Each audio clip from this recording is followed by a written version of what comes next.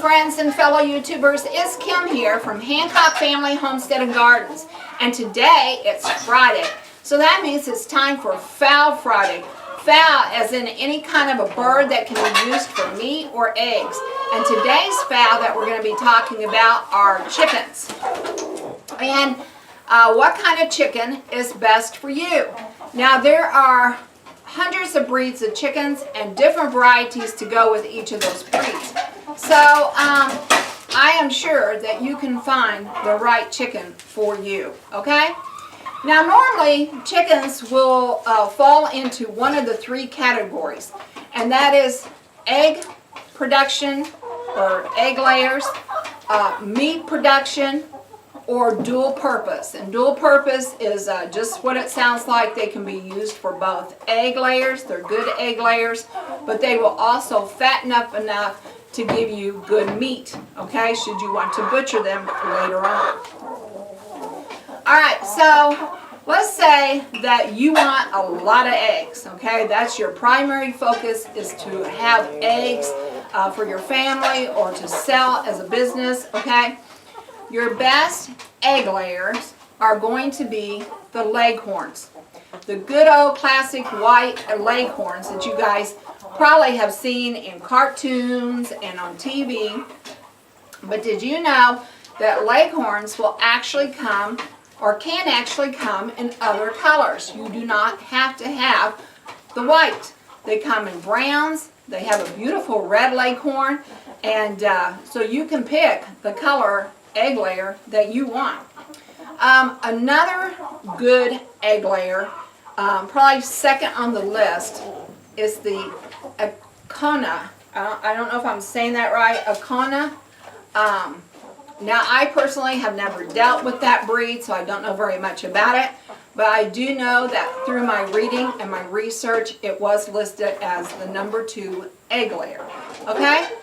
Now let's say that you want meat production birds, okay? You want a bird that you can raise up quickly, butcher, freeze, and use for meat throughout the year, okay?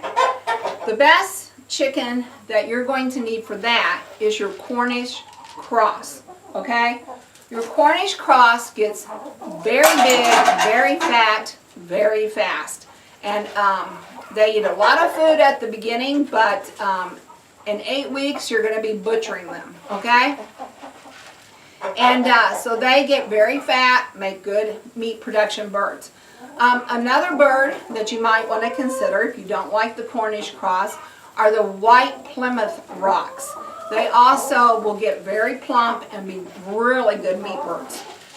Now, a lot of people say, well, I kind of just want a good overall friendly chicken for my homestead, something that's going to give me eggs. Maybe I can butcher it later on after it quits laying to have meat, okay? Well, those are going to be your dual purpose birds. Your dual purpose birds will do both eggs fairly well and become pretty good meat birds.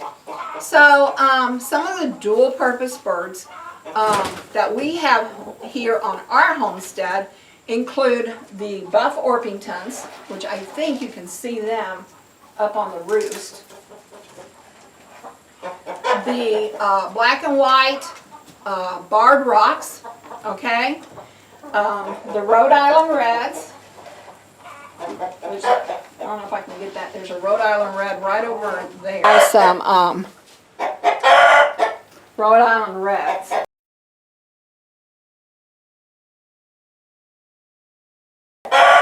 Okay, and down on the bottom down there is a Plymouth Rock, and all of those birds are dual purpose.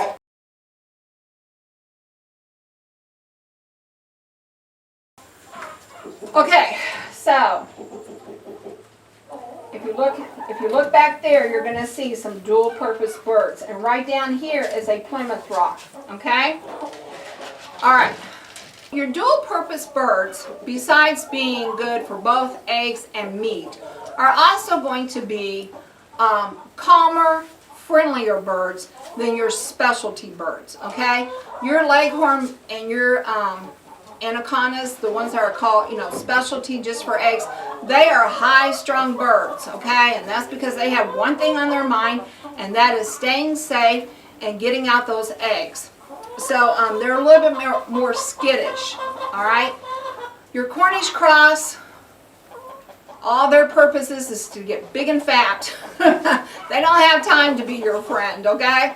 But if you want a friendly backyard bird, then go with a dual purpose variety because they are friendlier, they're quieter, they're usually more gentle, they're self-reliant, okay?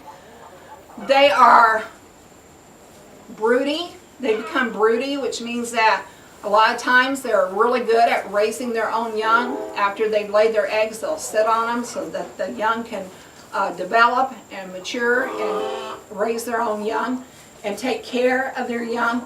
Actually, the best breed I have found as far as a good broody hen are your Buff Orpingtons, okay? And they will sit on other hens' eggs too. You sneak them in there. So if you're thinking about maybe wanting to raise your own chicks, think about having some Buff Orpingtons. All right.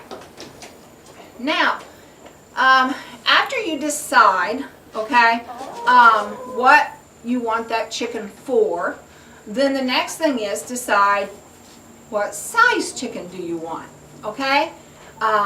Chickens will come in very small sizes, bantams.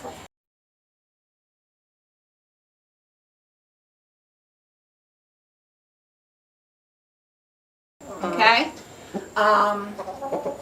Then you have your large chickens, like your giant Jerseys.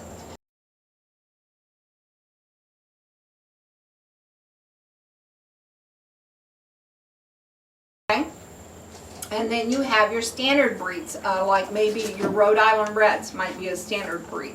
So decide how big do you want that chicken to be, okay? And how much room do you have? How big is your coop? How big is your run? How much, are you going to allow this chicken to free range?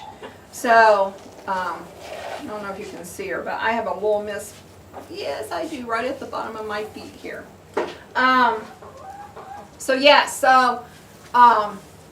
Decide what size, okay? Another thing to take into consideration when choosing a breed is where do you live, okay? Is it really hot where you live? Does it stay hot most of the year? Is it really cold where you live? Does it stay cold most of the year? How low do your temperatures drop? Because there are actually better breeds of chickens, or there are actually breeds of chickens that do better in hot weather, and there are breeds of chickens that do really well in colder temperatures, okay? So that's something you might want to think about. Now, I can't sit here all day and tell you every single breed and whether it's a egg layer, meat production, dual purpose, whether it's good for winter or for cold weather or hot weather, whether it's going to be skittish or whether it's going to be friendly. But I can give you an excellent resource, okay? Now, the resource I'm going to give you is local from my region. And you will probably have one of these that is local for your region. You might have to Google it. You might have to call your farmer's co-op, call your extension office. They will have suggestions for you. But there are hatcheries, okay? And the hatchery that we use is called Murray McMurray Hatchery. Now, the thing I'm going to recommend that you do is that you order a catalog from a local hatchery, okay? Whenever I say local, I kind of mean, I don't know, within your state or within your surrounding states, okay? Because the closer your hatchery is to where you live, the easier it's going to be for them to ship, the less time they're going to have to spend in those mailing boxes, and it's just best to try to get as close as you can. But you want a good hatchery, one that you can trust, all right?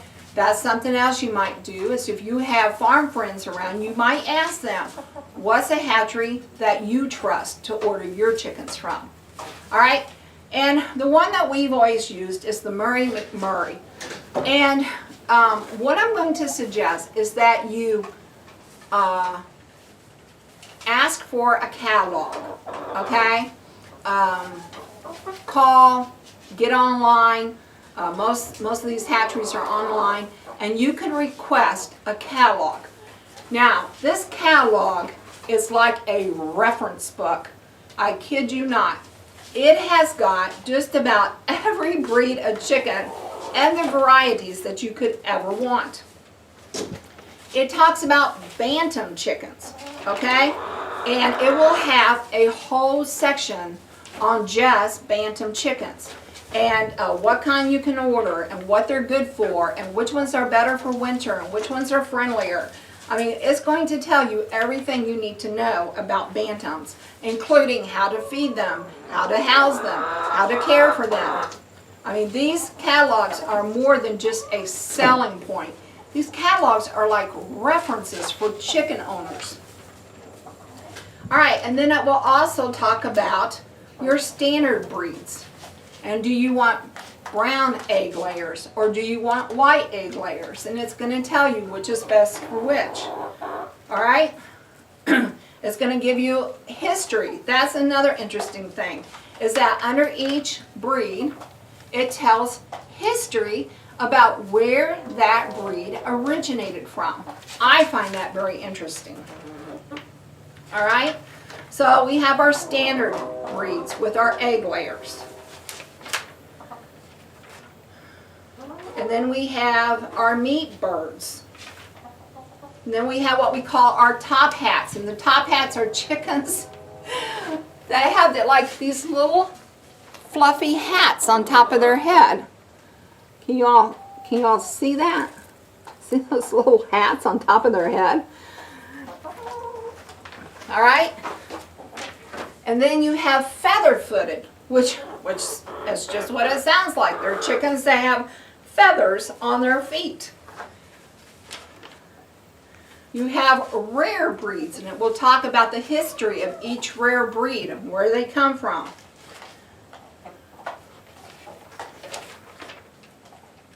Then it'll talk about the large breeds, okay? It will also tell you under each of those headings which of these chickens are good for warm weather and which ones are good for cold weather, and you know which ones are the best layers and which ones are the best for meat, and it gives you all the information you could possibly want. Then not only does it cover chickens, but it also covers turkeys, it covers ducks, it covers geese, okay, guineas, peacocks. And most of these hatcheries do. It's not just the Murray McMurray. I mean, I like them. I trust them. They have an excellent catalog.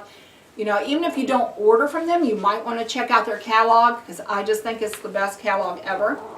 Then at the back, it talks about health care for chickens. It talks about poultry equipment that you might want to use, like the incubators, and the nesting boxes, and the feeders, and the waters, you know. And it's just, I just can't say enough about hatchery catalogs as references. Okay, and then another book I want to suggest is this book called Hobby Farms Chickens, Tending a Small-Scale Flock for Pleasure and Profit. And it's written by Sue Weaver, okay? And I have used this book with 4-H, teaching. I was the project leader for the poultry division, and I mean, I know a lot about chickens, but you know, when you get ready to teach something, you kind of want to brush up and make sure you're getting your information right. And so I use this book a lot to go back and reference myself. And so yeah, so two good resources here. All right, if you're like, well, I'm not sure what breed of chicken I want, order yourself a hatchery catalog. And that will help you to narrow it down. Okay? I love all kinds of chickens. My goodness. Yes, Big Red. Are you going to crow or are you just going to squeak? Anyway, so I like all kinds of chickens. And I hope to get more different varieties than the 4 that I have.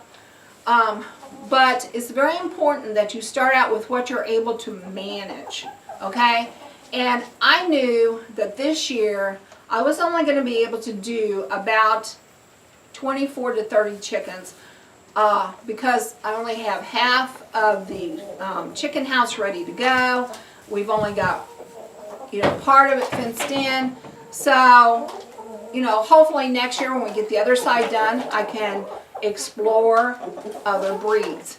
But for a good homesteading hobby farm breed, go with your dual purpose. And if I was going to give you my #1 chicken, it would be the Buff Orpington, because they are so friendly, so calm, beautiful birds to look at, very broody. They make excellent mothers. But I like variety, okay? So I have my barred rocks, and I have my Plymouth rocks. Oh, the Plymouth rocks are so beautiful. I have a rooster that's a Plymouth rock. He's over there right now, but oh my goodness, he is so pretty. Yeah, there is a breed of bird out there to fit you. You just have to research and look for it. All right, well, that's going to be it for this Fowl Friday. I hope you guys are finding the information useful, but I hope that the information I've provided this year has been useful for some of you beginning homesteaders and or homesteaders that just haven't looked into chickens yet, okay? Although most homesteaders will start out with chickens because they're like the gateway animal into homesteading. Because they're easy to care for. They don't cost a lot to buy. They don't cost a lot to feed. And you don't need very much room, really. I mean, an 8 by 8 foot shed is really big enough to do a dozen chickens. So, yes, find your chicken. Find the one that you think is going to be perfect for you. And if you already have that perfect chicken, tell me in the comments below, what is the breed of chicken that you like best? Okay? Alright, well, if you like this video, please give me a thumbs up. And if you want to know more about our homestead and what we do on it, please subscribe. This is Kim from Hancock Family Homestead and Gardens saying bye for now.